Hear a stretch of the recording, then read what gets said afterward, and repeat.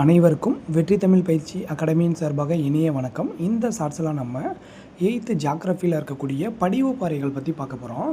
So இந்த TET police exam, அதுக்கப்புறம் வந்து எஸ்ஐ எக்ஸாமுக்கு படிக்கிறவங்களாம் இந்த பகுதியை கொஞ்சம் நல்லா பார்த்து வச்சுக்கோங்க, சரியாங்க.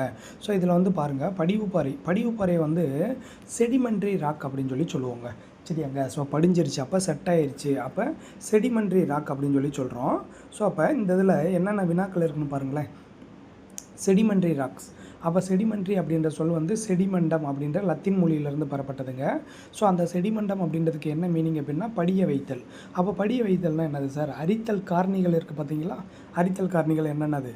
காற்று, நீர், பனியாறு, இதெல்லாம் என்ன பண்ணுதுங்க, ஒரு இடத்துல இருக்கக்கூடிய பொருளை அப்படியே கொண்டு வந்து அரித்து கொண்டு வந்து இன்னொரு இடத்துல படிய வச்சுட்டு போயிடுது. அப்போ அரித்து கொண்டு வந்த பொருளை ஒரு இடத்துல போட்டு போயிடுது. அந்த பொருள்கள் அங்கே இருக்கக்கூடிய அதிக வெப்பம் அழுத்தத்தின் காரணமாக நாளடைவில் வந்து படிஞ்சு இறுகி போய் படிவு பாறைகளாக மாறுது. ஸோ இது வந்து கான்செப்ட், இதை தெரிஞ்சுக்கிறணுங்க. ஸோ இப்போ என்ன கேள்வி கேட்பாங்க அப்படின்னா, ஸோ இந்த படிவு பாறைகளுக்கு வந்து இன்னொரு பேர் வந்து அடுக்கு பாறைகள் அப்படின்னு சொல்கிறோம். இப்போ நல்லா பார்த்து வச்சுக்கோங்க.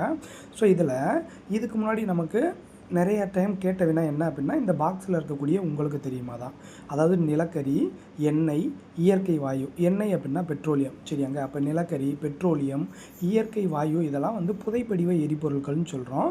ஸோ இதெல்லாம் எந்த பாறையிலிருந்து கிடைக்கக்கூடிய இயற்கை வளங்கள் அப்படின்னு கேட்டிருந்தாங்க பாருங்கள். அப்போ நிலக்கரி, எண்ணெய், இயற்கை வாயு, இந்த இயற்கை வளங்கள் எல்லாமே படிவு பாறைகளிலிருந்து தான் நமக்கு கிடைக்கிது. இது கேள்வி, சரிங்களா. ஸோ இதை கொஞ்சம் நல்லா பார்த்து வச்சுக்கிறணும்.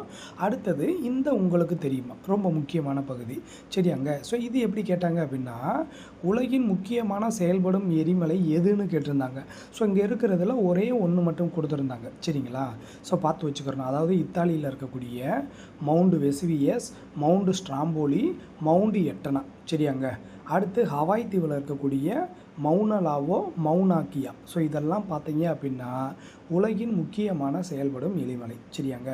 மத்திய தரைக்கடலில் இருக்கக்கூடிய ஸ்ட்ராம்போலி வந்து என்ன, அதாவது மத்திய தரைக்கடலின் கலங்கரை விளக்கம் அப்படின்னு எதாவது சொல்கிறாங்க அப்படின்னா இந்த ஸ்ட்ராம்போலியை தான் சொல்லுவாங்க. ஸோ இதெல்லாம் வந்து நம்ம அடுத்தடுத்த ஷார்ட்ஸில் பார்ப்போம். ஸோ இதில் மிக முக்கியமானதாக நம்ம படிவு பாறைகளை பற்றி சொல்லியிருக்கோம். நல்லா பார்த்து வச்சுக்கோங்க, எக்ஸாம் பாயிண்ட் ஆஃப் வியூவில் அடிக்கடி கேட்குறாங்க.